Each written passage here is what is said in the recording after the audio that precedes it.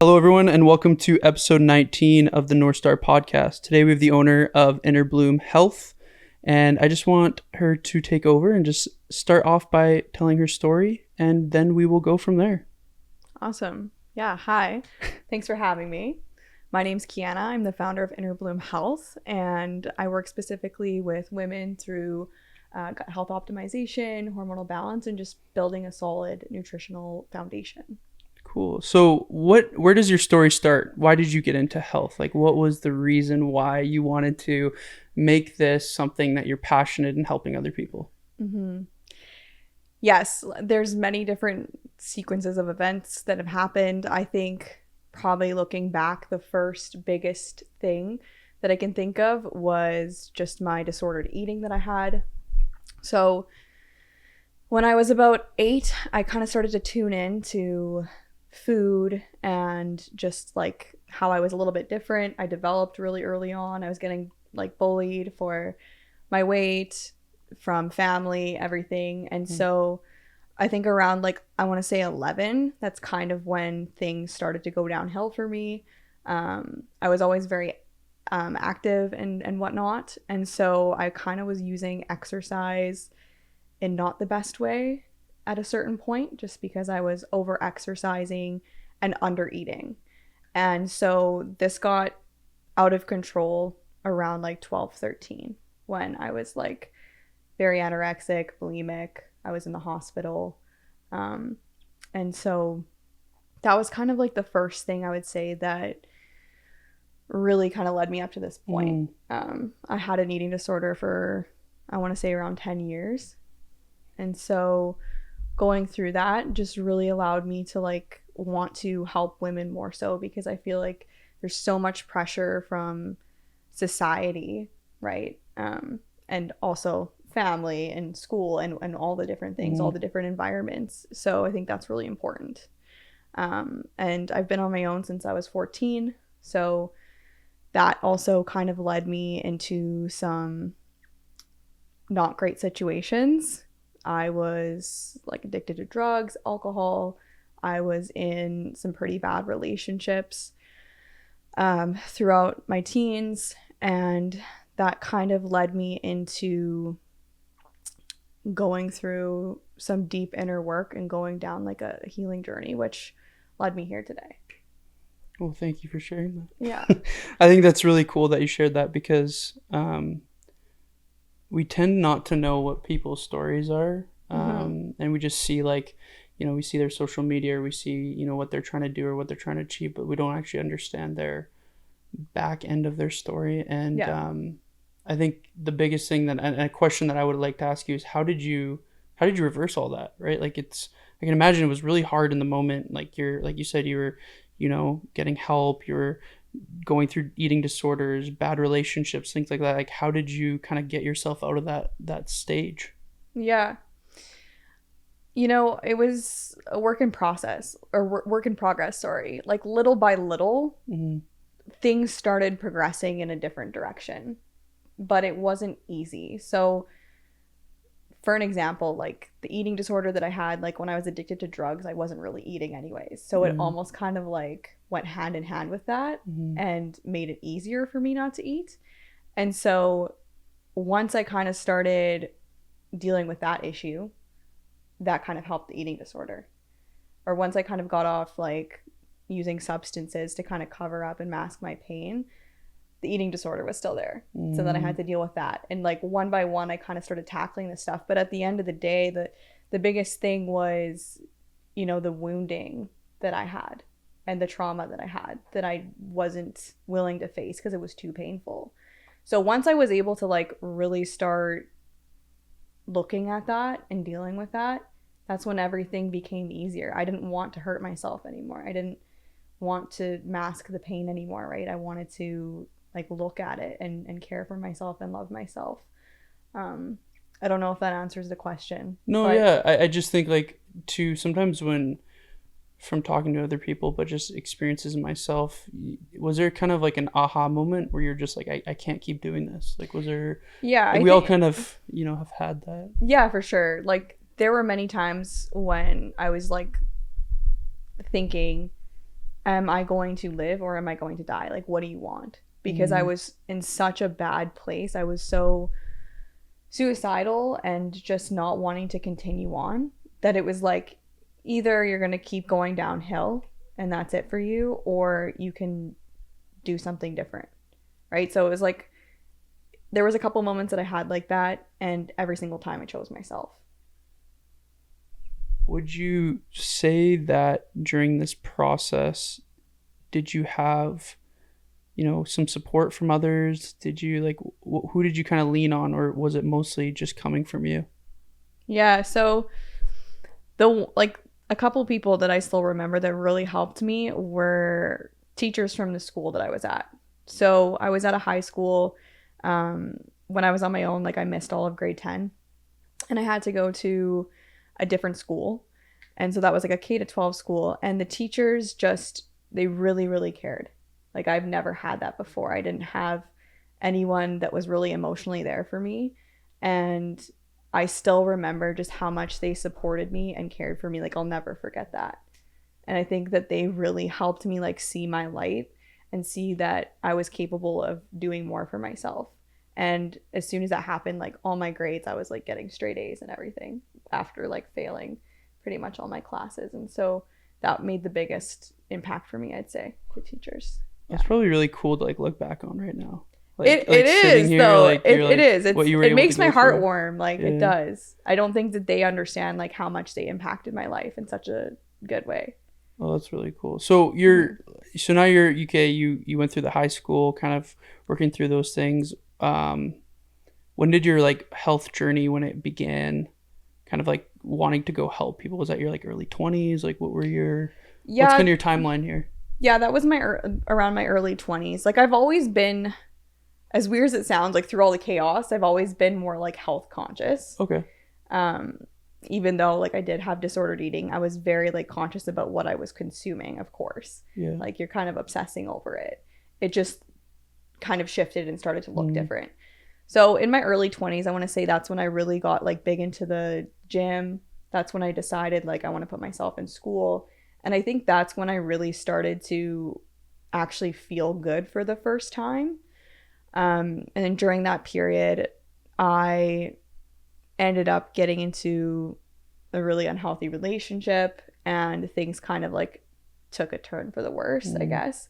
And that's what led me into doing a lot of deep inner spiritual work, because I was kind of had this uplifting moment where I was oh, I feel so good, I'm doing all this for myself. And then I kind of fell back 10 steps behind, and was kind of doing all of the old things that I thought that I was over with, if that makes sense. And so yeah, I was doing some spiritual work called Tantra. I'm not sure if you heard of that. That word is it means weaving through your trauma.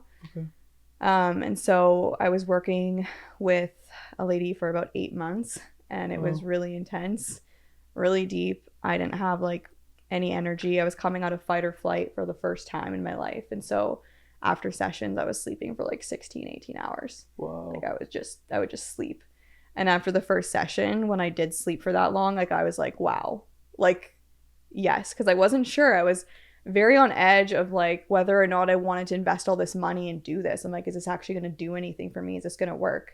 And so she said, just come for a session, see what happens. And after the first session, I knew it was going to be life-changing.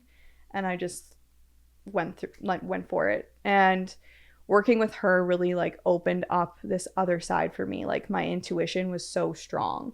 And that's kind of how I moved out here, because my intuition was just telling me you need an environmental change in order to grow. You can't stay here.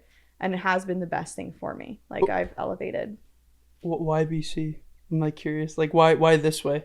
You moved from Saskatchewan, so why? You're saying you felt this inclination of wanting to move somewhere, different environment. What was the? It's just the nature aspect. Oh, okay. Yeah.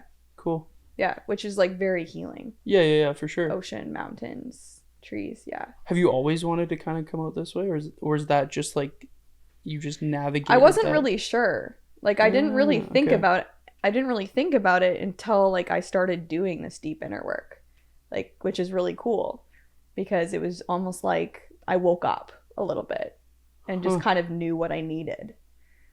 And how have you felt? You've been feeling really good with your choice, like going out this way. Yeah, you're like, totally. This is exactly what I needed. Totally. Yeah, That's it's so opened cool. a lot of new doors for me, and just like within my own mental health, like I definitely feel like a weight's been lifted off. And I mean, I'm sure there's like other parts to that too, but this was definitely like a big moving point. Cool. What was that hard for you to move? No. Like was it? It wasn't hard. Were you scared to like? I decided and I left the next month. Wow, that's crazy. Like, yeah. That's so cool. Do you now the transition that you've had, right? We were talking off the podcast a little bit about your transition as a coach and things like that. Where are you right now with coaching? Like, what is your philosophy? Like, I want to kind of talk about, a big reason why we had this podcast. So I wanted you to talk about a little bit of different things when it comes to women's health and stuff. But what are you working on right now currently with your coaching, and what are you trying to really like stand up for in the industry? Yeah. I think just like finding balance is really big, and just helping women find that balance and like understand their bodies better, right? Because there's not enough education around, like, for an example, like our menstrual cycle and like what our body actually needs, like rest and like nutrition and all of that. Like, I think we're getting taken further away from it, if anything, at this point. And so it's kind of cool too, because actually, like, going back to the other stuff, like going through that healing journey that I went through, I've always been like in this more like masculine kind of presence. Like, I've always had to like be go, go, go, do everything on my own, whatever. And once I started like healing that, I realized like that it's okay to rest, and like what my body actually needs at different times, like in my cycle, and like, yeah. So can you touch a little bit on that? Like what you mean by different certain phases, if that's exercise or food, like what have you seen to really help in different phases in your cycle? Yeah. So there's 4 different phases in the cycle. Some people break it up into 2. So our follicular phase, ovulatory phase, luteal phase, and menstrual phase. So basically, estrogen's kind of rising through our follicular phase. It peaks at ovulatory phase, and then progesterone starts to rise during luteal up to menstruation. And so basically what can happen if any of this is imbalanced, it can cause women to have more severe PMS symptoms. So it can cause, low energy, crazy mood swings, bloating, like weight gain. For me personally, like I used to not be able to get out of my bed and walk because my breasts would be so sore. Wow. And like my mood would be crazy. I would gain 10 pounds. Just like insane symptoms, right? And so I would be feeling like crap for like 3 weeks out of my 4 weeks, right? Which is not normal. And that's like what really started to make a big difference for me, was just like being aware of the different phases in my cycle and just starting to pay attention to like what my body actually needed.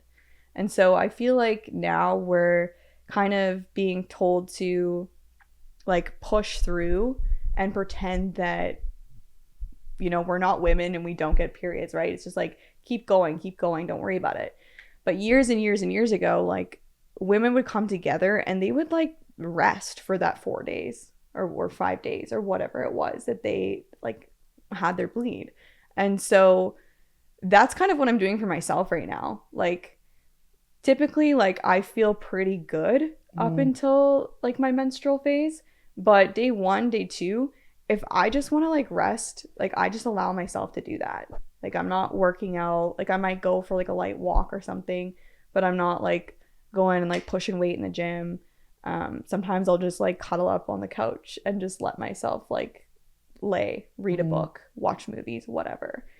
It's like a non-negotiable for me now, and it's been really helpful, because if we're extending so much of our energy when our body desperately needs rest, like we're just affecting our cortisol levels, like we're kind of just pushing ourselves into burnout for the weeks to come. For sure. Yeah. Do you you spoke about a little bit about training, but what are some like foods around different phases that you've seen to really impact your health or energy or your well-being during those times? Is there anything that helps with that? Yeah, so this is really cool too. So now that I've really like tuned in to my body and what it needs, now like in my follicular phase and like ovulatory phase, I find myself like not really wanting red meat. Like this is the time where I want like chicken, fish, whatever.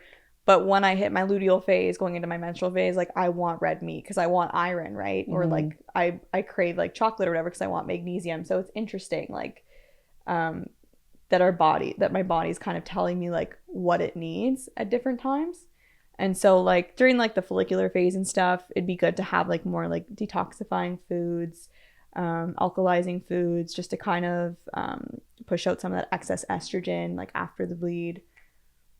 Okay, Yeah. so those are some things that is there any certain like meals? Like, do you have like a meal or some sort of recipe that you like to have? Is there like a specific anything like that? I know you make this smoothie. I've seen the smoothie before that you make. Is there anything similar to that you Yeah, you the have? smoothie, I have that every single Yeah, morning. that one's an everyday thing. Yeah, I have that every single day.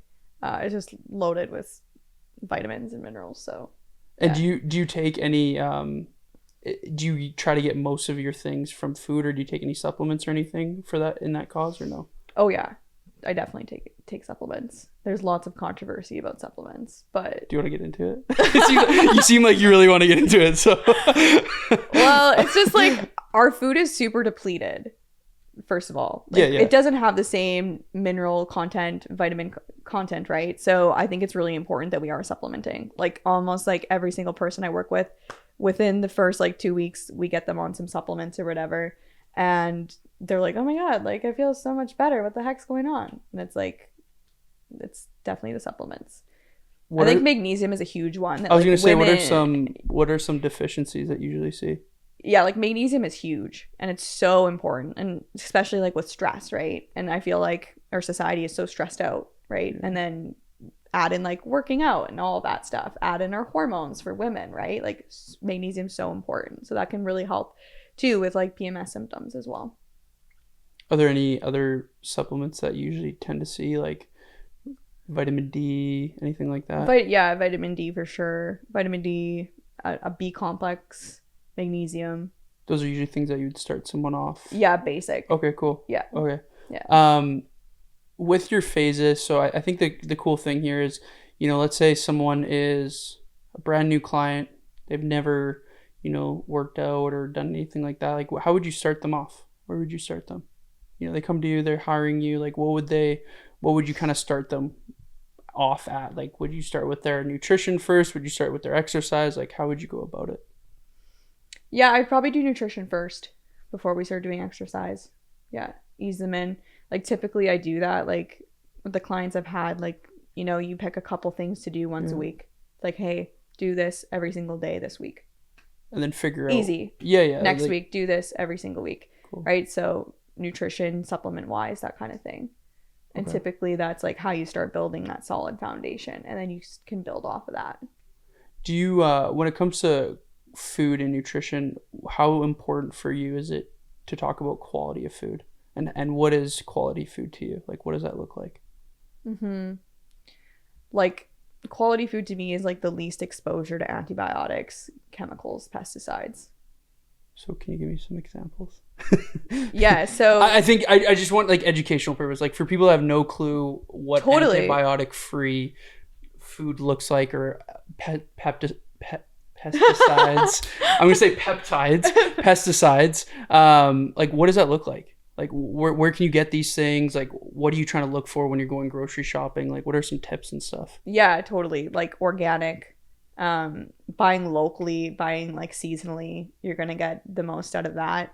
If you can go to a farmer's market, make sure that maybe they're not spraying their stuff with pesticides and stuff. You can always ask. Those would be my top things. Meat, Meat's super important for me too. Like getting like grass-fed organic meat, very important. Again, I'm sure you could find like a local farmer or something, which I'm trying to do. So if you know if you know anyone, let me know. I'll let you know. Well, actually, you know what? We were talking about dairy too over Instagram, and I think you had some really cool points there, and I think it would be cool for you to talk about. So just like the dairy industry, and I know you're very passionate about it, but yeah. Well, it's just like, I'm pretty sure, like, I think it was $3 million was like the fine for selling raw milk, right? And so like that's kind of what's got all of the nutrients in it, the enzymes, everything. And so with Health Canada, like for dairy to be on the shelf, like it has to be pasteurized, right? And so it's boiled, and so all of the enzymes, all of the minerals, vitamins are kind of taken out of that. Yeah. And sure, they might be added back in, but it's not the same. And so you're kind of left with something that doesn't make people typically feel very good. And that's why not a lot of people can handle it or digest it. Yeah. Well, and you had mentioned, like we were talking about too, it'd be cool to understand why the importance of, you mentioned that you don't eat gluten, you don't have dairy. Why do you do that? Like, why do you go about going that way? I think it'd be really cool to. Yeah, and so like before, I was still consuming dairy, or like trying to, like grass-fed butter is okay. Just, trying to find the higher quality like gluten options, dairy options. That's kind of what I was doing. Then when I did my last gut reset, I just take away all of that. So I take away gluten, I take away dairy, I take away caffeine, I take away red meat. And I just noticed like my energy came back like tenfold. And so I was like, okay, I'm gonna just try and like actually just omit this for now and see like how I feel. And throughout the winter I was having a pretty difficult time, and I'm not sure if that's again from moving somewhere where there's like zero sun, because back in Sask, I mean, there's still sun even though it's really cold. Even though I was taking a ton of vitamin D, I don't know if that had something to do with it, but I felt so good after my gut reset. So I'm like, maybe this has something to do with it, and my body's just not reacting properly to these foods. And so I was like, let's just take it out. So you don't consume gluten or dairy? You had mentioned red meat. It sounds like you still eat red meat, but caffeine, like, is there anything else? Like, what does a gut reset look like to you? Like, what is that? How would you go about that with someone? Yeah, so basically I have a program that I do through Purium. So I'm a brand ambassador with the company. I use products every single day. Like, I love them. I love like the whole story and message behind like the owner and the founder and whatever. So basically you're taking like a greens power shake. There's an amino acid that you're taking. It's a pre-digested vegan protein, which goes into the muscle within like 15 minutes. Really good for the brain. And then there's Biomedic, which is something that helps detoxify glyphosate. Glyphosate is a herbicide, which is sprayed on all our fruits and vegetables. It's usually found in grains. In grains, yeah. Yes. Yeah. And then, it's everywhere. We can't really get away from it. Yeah. And so every single human being has levels of this in their body. Like, if you went to go get tested, like, you would have it in your blood. So this helps bind and get rid of that, because glyphosate is one of the herbicides that directly impact our microbiome. Like, it destroys it. So there's been a lot of success with using that. Have you heard about SIBO? Have you done any research about SIBO? A little bit, yeah. Small, yeah. Yeah. They actually say that's a cause sometimes too of maybe getting SIBOs from that chemical as well. Like, totally, because if you don't have enough, like, if you don't have any good bacteria in your stomach, like, what's gonna happen? Like, it all just goes downhill. You have bad bacteria overgrowing the good. There's so many issues that can start to happen. How do you repopulate your gut in that process? Like, how do you, by doing this, you're saying this gut reset, but is there any other ways to, give your body enough nutrients to kind of get back to a healthier gut? I think it depends what's going on with you. Like, if you're somebody who has like some serious gut issues, I would say, like, first of all, removing the trigger foods is going to be the biggest thing. You'll find some relief with that right away, right? Because there's going to be foods that are probably triggering your gut. Digestive enzymes can help sometimes too. It's kind of trial and error. Like everybody's so different. I've had people like react differently to the gut reset because I've taken like multiple groups through it because I do it like twice a year. Okay, so and what is it? A week? Is it a? It's a month. It's a month, full month of it. It's 30 days. Yeah. Wow. Is it hard? Like, do you find it's hard, a hard transition or no? For myself, no. Because you've done it so many times now. Well, just like I have the mentality where if I'm like I'm gonna do something, I just do it. Okay. Yeah, and so,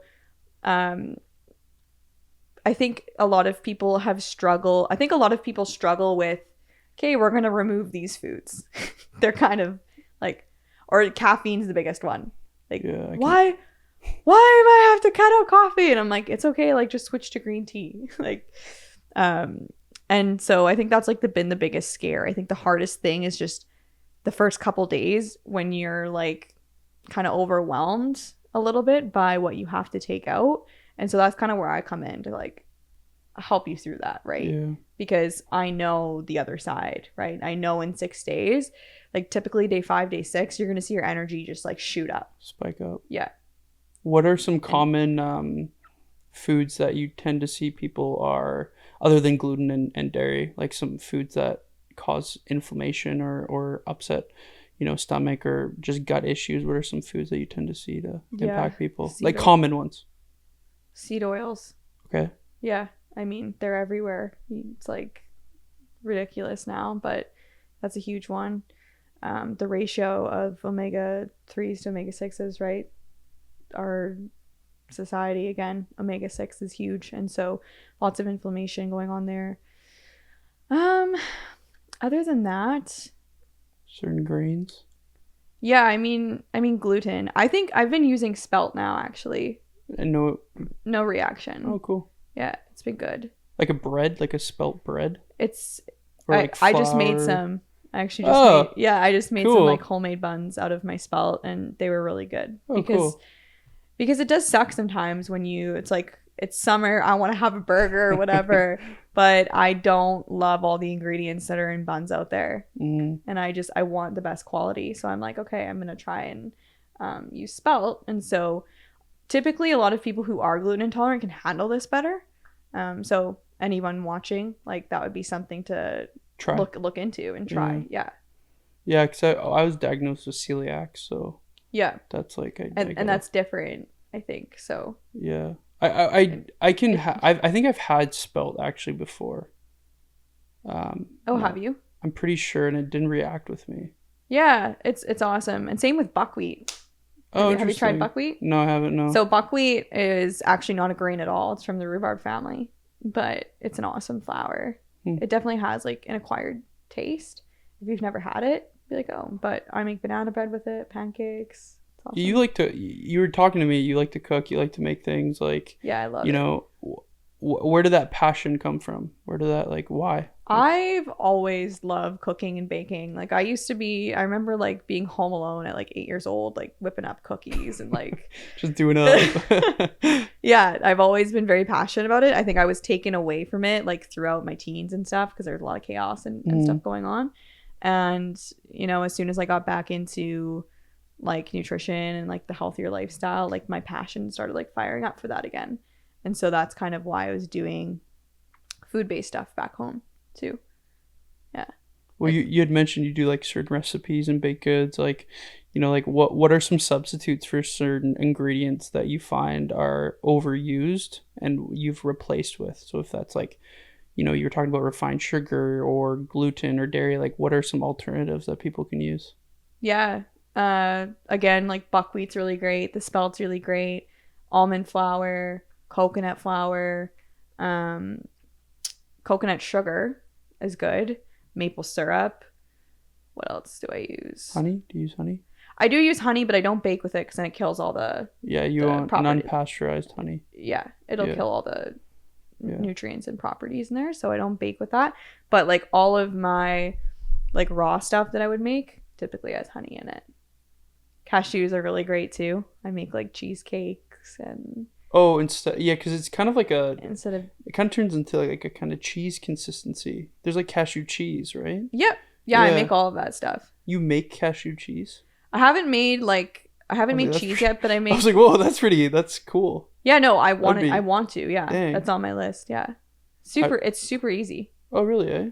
Well, for me, Yeah, I was gonna say, like, for the average, I'm like, oh, that sounds it like honestly pretty... no, it honestly is really easy. Like typically, I make like whip stuff up in my blender and food processor. It's so simple, and people just like look at the stuff and they're like, what? Like, and no, it's super simple. Yeah. Okay, cool. So we're talking now, like, nutrition, what things like, maybe to not have, what things to be kind of aware of. What is your, what do you really want to, how do you want to impact the space? Like, what do you really want to give your message? Like, what do you want people to know about you, and why you're, why you're in the industry? Like, what do you want to kind of bring to the table in this industry? Mm-hmm. I think I just really want to like empower women to be able to just be themselves and like feel free in their body, because I feel like through my whole life I was so pressured to like be a certain way, look a certain way.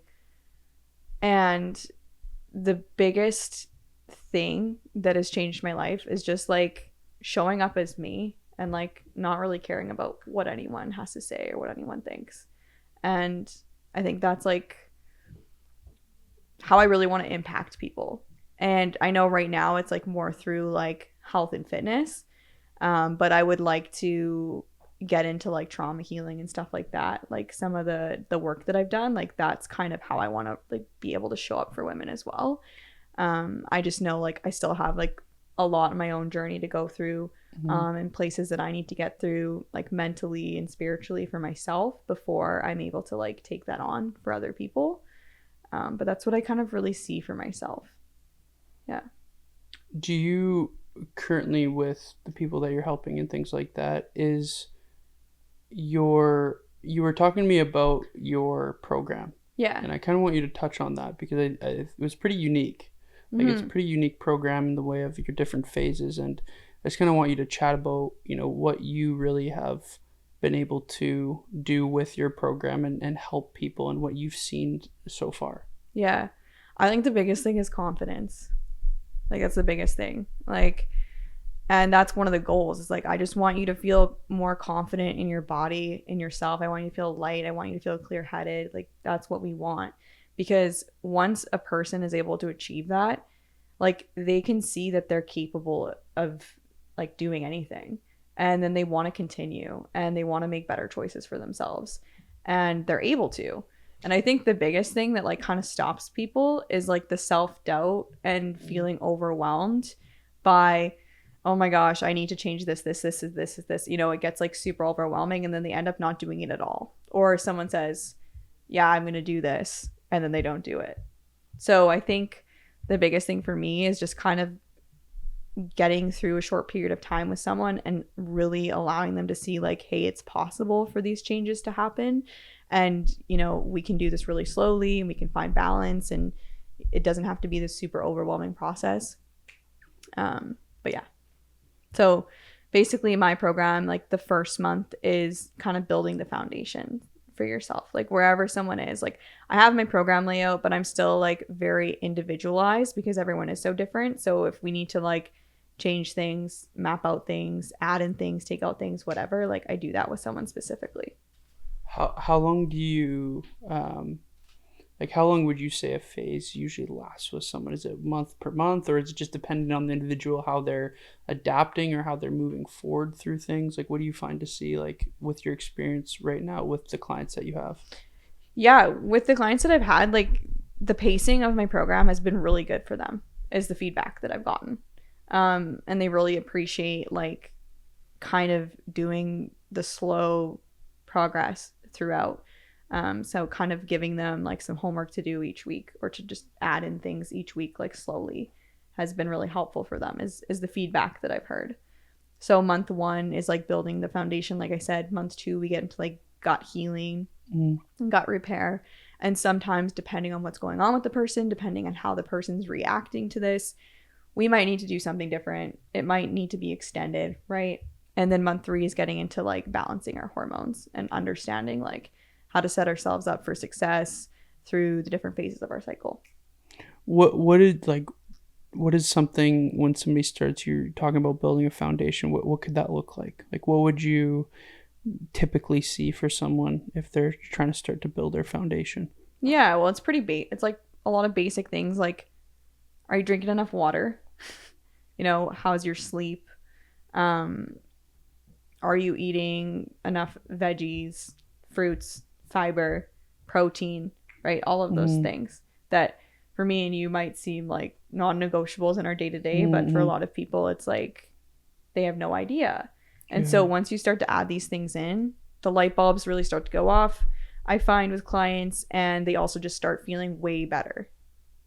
We were talking about, I like that you talked about the basics. I really believe in that too, and starting off with someone, because it can be very overwhelming sometimes when you're throwing so many things at someone right away. Yeah. Like, and then they're brand new to it. It could be very like, whoa, like what's happening? Yeah, totally. You talked about quality of food too, and I kind of want to touch on this because I've had this question before, and I've had people ask me, what happens if I can't afford it? What happens if I can't afford this amount of food, or this organic, this grass-fed, this? Like, how would you help someone be able to navigate that? Would you want them to focus more on organic fruits and veggies, or would you want them to focus more on like grass-fed meat if they had to pick? Like just going about it, like how would you kind of help someone through that, or how would you guide them through that? I think meat for sure, just because like everything's stored in an animal's fat, so I think it's pretty important to be more cautious about like where you're getting your meat from. But if someone's just starting out, like I'm not gonna start bombarding them with buy organic this and whatever. Like I'm not. Like that's why it depends on where a person is. If a person is already like, on a health kick and they're already eating like, pretty good, and they've got like the foundation down, then maybe we'll look into that like organic grass-fed side of things. But at the beginning, it's like, no, like let's just make sure we're getting in enough fiber. Like let's make sure we're getting in our veggies and stuff. I'm not going to overwhelm them with like the specifics. I just want them to like, because even if you're eating conventional fruits and vegetables, it's still going to be fiber. Like that stuff will come up, and I will address it, and I will talk about it. But at the beginning, just kind of like to ease them into it. Yeah, just slowly kind of introduce them to better habits. Yeah. Cool. I know we had chatted a little bit about calories and things, but like what's your take on tracking calories or macros, or like what do you think about that? So yeah, like I think depending on what your goals are, it can be really beneficial. But like for myself personally, like I don't track at all.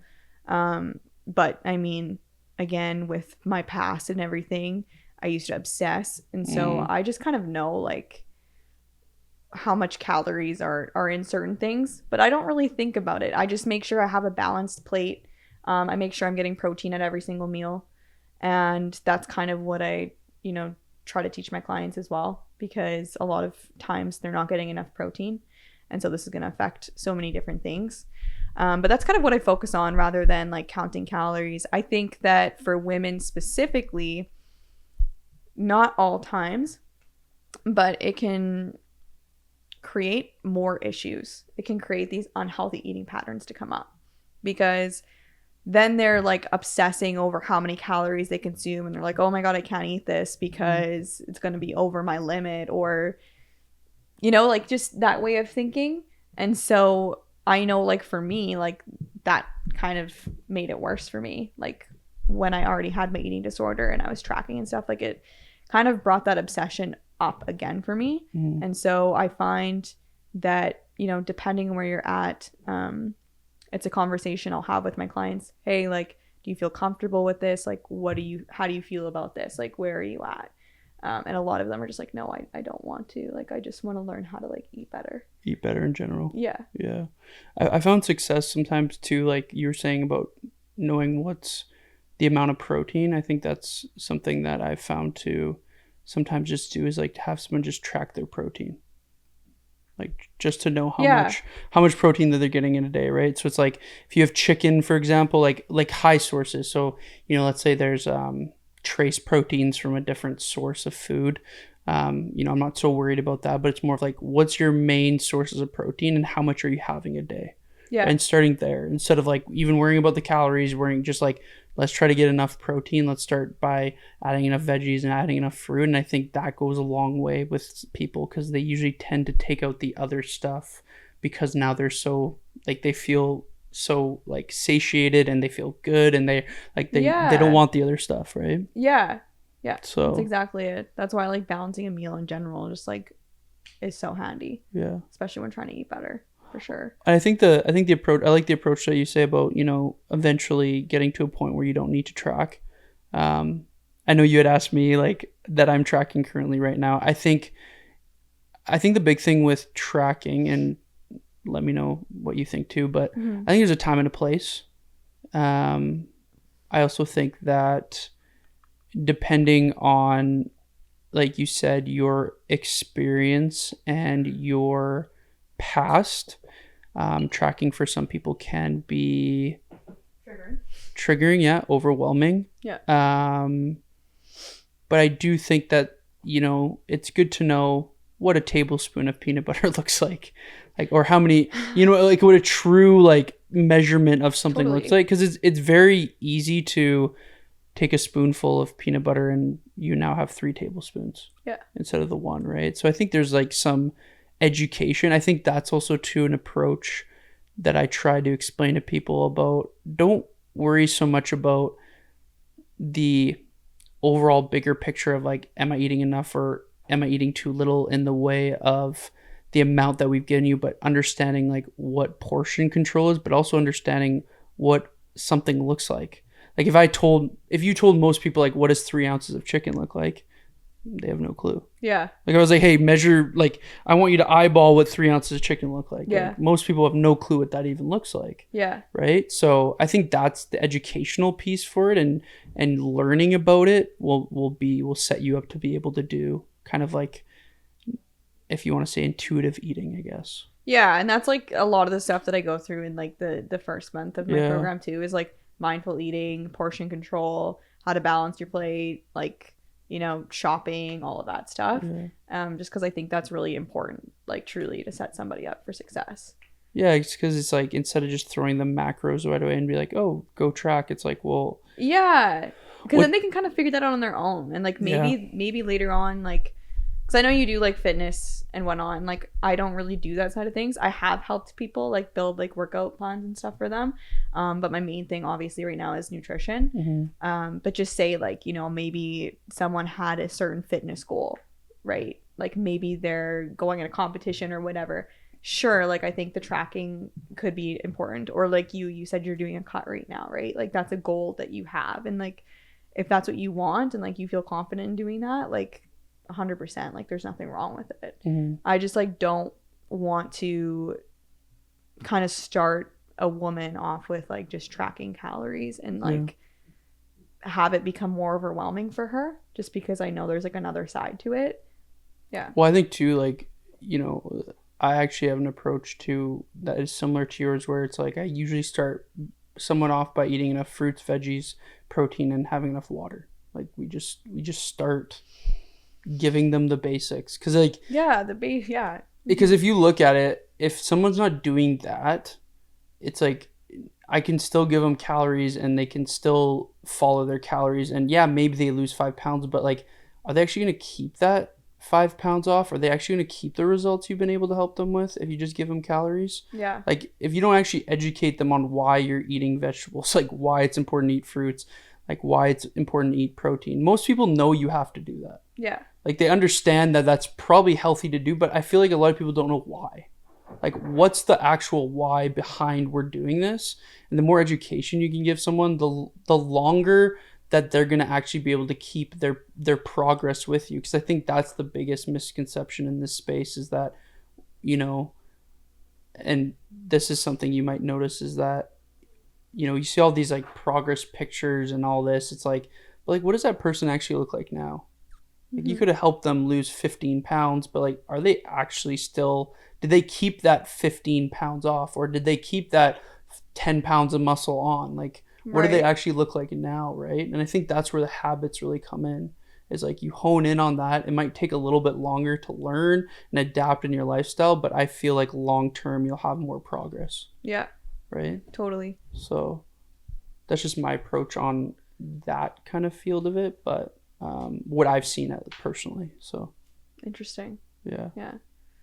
I think this is kind of like off topic, but I think like breakfast is like a really important meal and something that like everyone should focus on. I think the misconception with that too is because intermittent fasting got very popular there for a bit. Yeah. We were just talking about this, but cold plunge and sauna, it's like these things become very popular.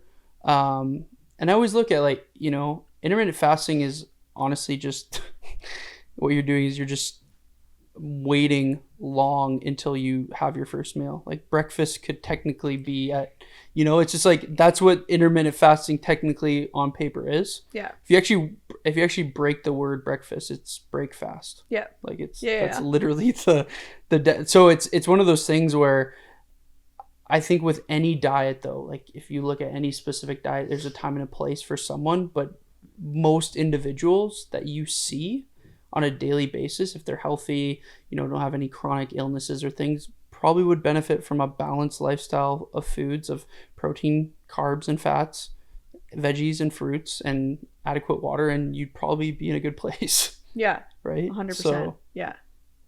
because you would, when you're talking about breakfast for yourself, like, I know you just mentioned like super important things, like, what is your take on that?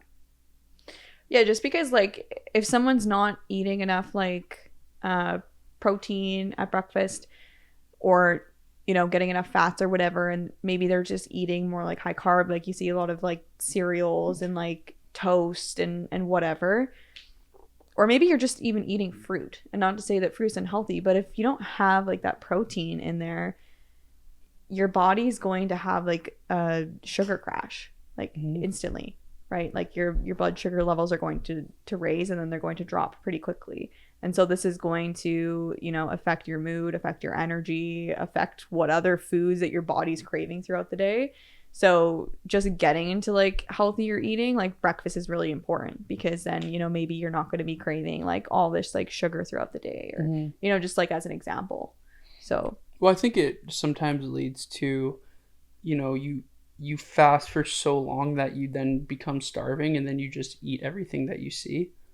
And that's also, that could lead to a lot of eating disorders down the road too. Where you're forcing yourself not to eat even though you have signals of hunger. Yeah. And I'm not sure how I feel about like intermittent fasting. Like, honestly, I haven't done enough research on it, and like I think the best way is kind of do it on yourself, even though we're all different. I just know like I'm the type of person where, you know, if I need food, like I will be a different I'll be a different person if I don't get food like when I need it. And so I'm not sure how I would do on that. And I'm not sure how that affects women compared to men, because I've heard so much controversy about it. There's so much on it. There's so much, yeah. So not 100% sure.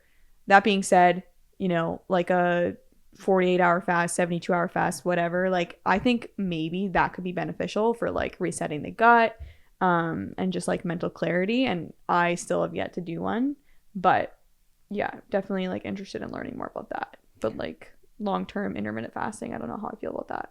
Yeah, I think it just comes down to, there's no one size fits all.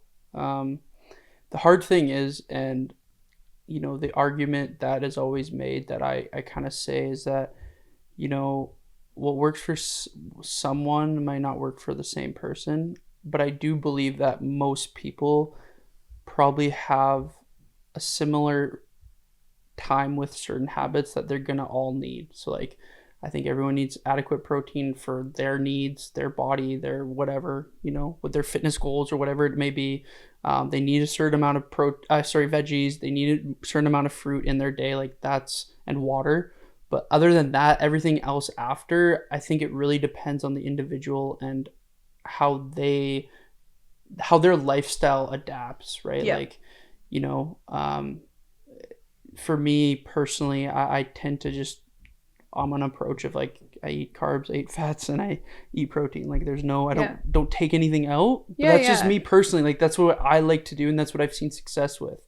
And I think the biggest thing is like, you have to understand that long term, however you're going to see success or however you're going to be able to adapt is going to be the way of the process that you tend to go with and find the easiest to maintain in your life. Totally. And like, just to add on that too, like I think it's really important to understand that, you know, not only are we so individual, but our body's need for like a different diet is going to change constantly. So like what I'm eating right now, like if you ask me in 3 months, I might not be eating red meat at the moment, right? Because like I tend to kind of like take that stuff out, add it back in, whatever.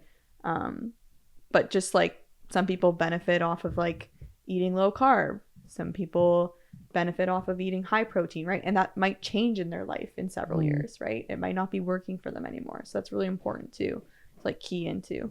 And I think it comes down, you're always going to have a foundation, and then you keep the foundation, but you build off of certain different tools and things like that. Like Totally. You keep your foundation as is, and then because that's kind of my thing is, if let's say I have a goal that's changing, I still have the foundation of being able to like have enough protein, have enough fruits, have enough vegetables and things like that. But the biggest thing at the end of the day is being able to adapt and understand that your foundation is going to stay the same, but your other nutrients or how you go about different phases in your life, you're going to be able to change them, like you said. Yeah. Right? Like your foundation stays the same. I think that's huge. You're teaching someone how to build that foundation. Yeah, totally. Right? Yeah. So, I think the cool thing about our conversation today is that like we both are on the understanding of like there is no one size fits all. But also too that we both have the premise of like building a foundation with people, because I have personally seen a lot of success with that. Yeah. And I feel like from what we have chatted about, not just on this podcast, but in general, you have too. Yeah. I think it's the most important aspect. Like, truly. I think it's overlooked because it's not quote unquote sexy. Yeah. Like, you know what I mean? Like, I tell someone to eat fruits, veggies, and protein, they're like, okay, like, but if I'm like, now track your calories and eat this many carbs and this much protein and, you know, meal time at this time and this, it's like, it sounds kind of cool. Like, it's like, whoa, like, this is crazy. Yeah. Right? So. Yeah.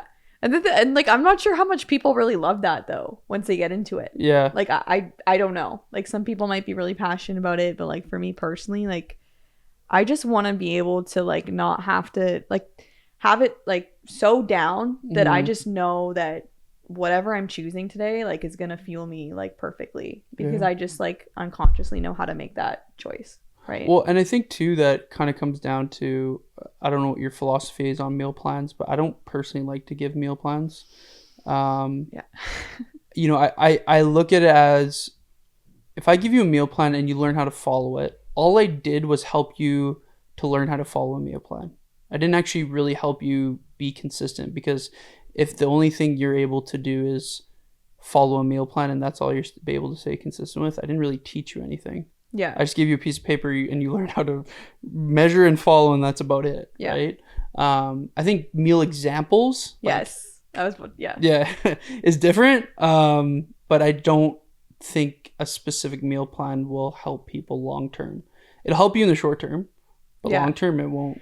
And if you're looking for long-term change, like... Yeah, I don't even do that. I mean, it's not only is it extremely time consuming because everybody is so individual. I'm not going to hand out the same meal plan to Susie and then hand it out to Beth. Like, do you know what I mean? Yeah. Like, it's going to be very different. But yeah, like the meal, like I do give like meal examples and stuff to help. But I definitely, I don't think it's like helpful or like beneficial to just make an entire meal plan for someone on a weekly basis. Like, you really want to teach someone to like use these tools to like start to learn how to do it for themselves.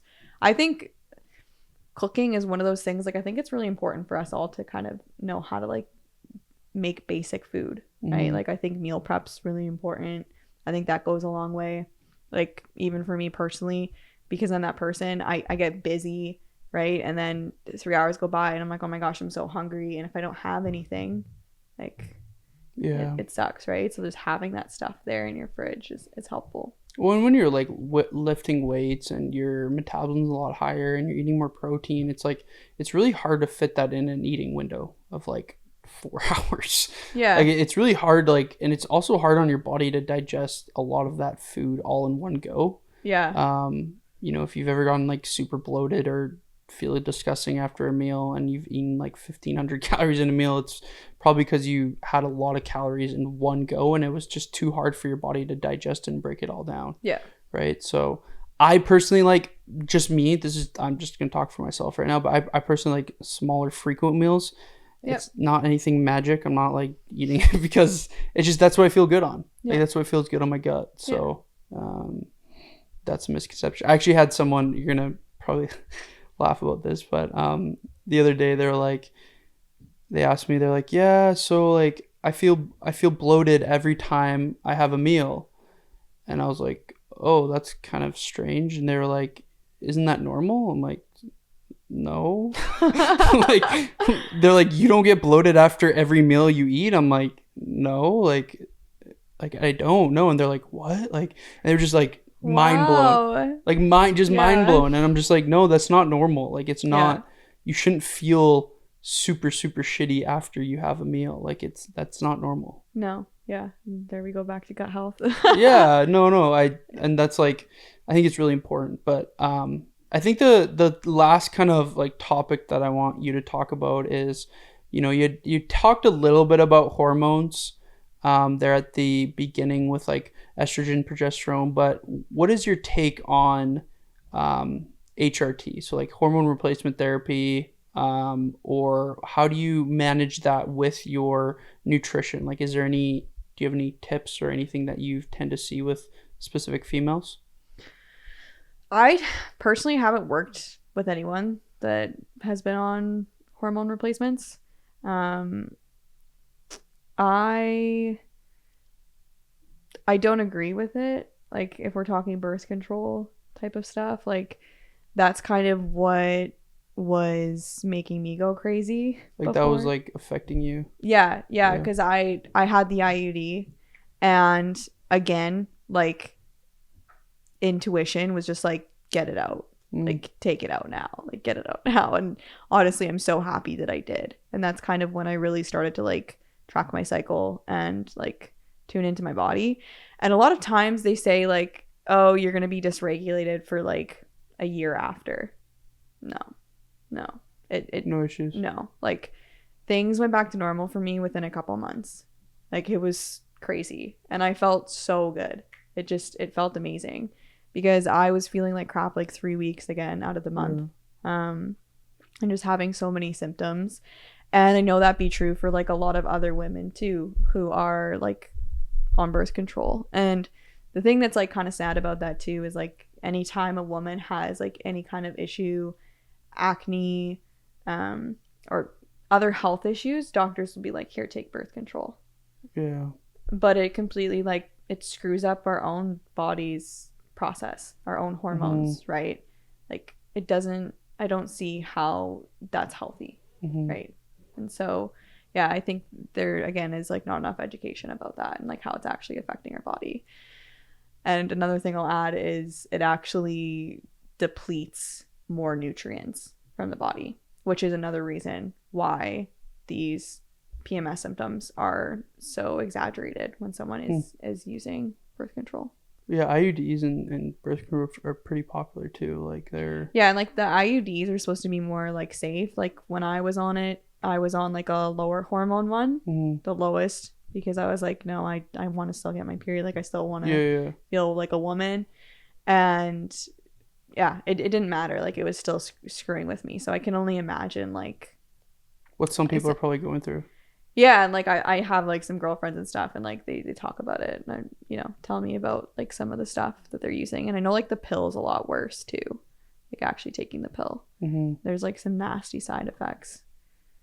Well, you're saying like you know, I'm not trying to bash any doctors here, but like, you know, you were saying like they'll just give them a birth control or IUD and they have all these other symptoms, but it's like you're not really getting to the root cause of why these symptoms are happening. Yeah, right? And like that's like, I think that's a big issue. It is a huge issue, and like that's why I'm like into holistic nutrition. Yeah. Because I've had so many of my own personal experiences with like just being pushed off, not being taken seriously. It's so frustrating, and I've always had to just like find a way to heal my body myself. Yeah. Which we all have that power, right? But it can be frustrating, right? When like the people who are supposed to help you are not giving you anything and are kind of just telling you that you're making it all up in your head and just go take this prescription or whatever, right? To kind of get you like off their back. But well, and that's the tough thing is like with anything like that, with pharmaceuticals or anything, like kind of goes back down to nutrition or it's like there's a time and a place, right? Like, you know, there's certain people that, you know, they need insulin like, you know, to survive, right? So it's like, totally. You know, and I think that's the misconception is that, you know, I think a lot of these either medications or prescriptions a lot of people have abused them for a long time, and I think that also leads to, you know, maybe an overuse or can lead to, you know, more negative symptoms than positive. So I always kind of go back to the like, what is the root cause, but also like, why are you taking this specific thing, and you know, what's the reason for it? So right. Yeah, and I think another like thing too, like in terms of like a woman's like menstrual cycle and everything, like a lot of times if you are having like more severe PMS symptoms, again, doctors will prescribe you birth control to kind of like help you with it, which I find interesting too, because again, it's like teaching women that, you know, you're kind of stuck with this horrible thing for the rest of your life and there's nothing you can do about it. But in reality, there's so much we can do about it and so much to empower ourselves, and like it doesn't have to be this horrible thing every single month. And we're women and we can't fight nature, so we might as well like learn how to like flow with it, right? Yeah. No, I think that's really like important that you said that, because I think a lot of times, you know, understanding that root cause or understanding the big picture, even though it might take longer, I think will do you better in the long term. Yeah. Right? Like actually understanding the reason why these things are happening rather than just trying to like look for that quick fix right away. Yeah. But yeah, I just, you know, I thank you so much for talking about this. I know that there's a little bit of a times thing, so I'm gonna end it here, and I'm gonna have you just plug yourself. Like I just want you to, you know, like tell people where they can find you, if that's Instagram, your website, where they can reach you, just so then they can kind of see your content and follow you on your journey too. So yeah, I think the best place to find me would be going to my Instagram, because in my bio I've got, you know, a link to my website in there, a link to book a call with me. I offer free intro calls just to kind of see if we'd be a good fit to get work together. And what's your Instagram handle? Oh, InnerBloomHealth. InnerBloomHealth. And then your website?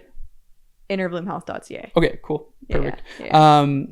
Yeah, I just want to thank you so much for taking the time today to have this chat. I really wanted to have this conversation because I haven't had this conversation before on a podcast, and I think a lot of this information will help a lot of females and males too, but I know we talked a lot about more female hormones, things like that, but I do believe this is going to be a really good educational podcast too, so thank you.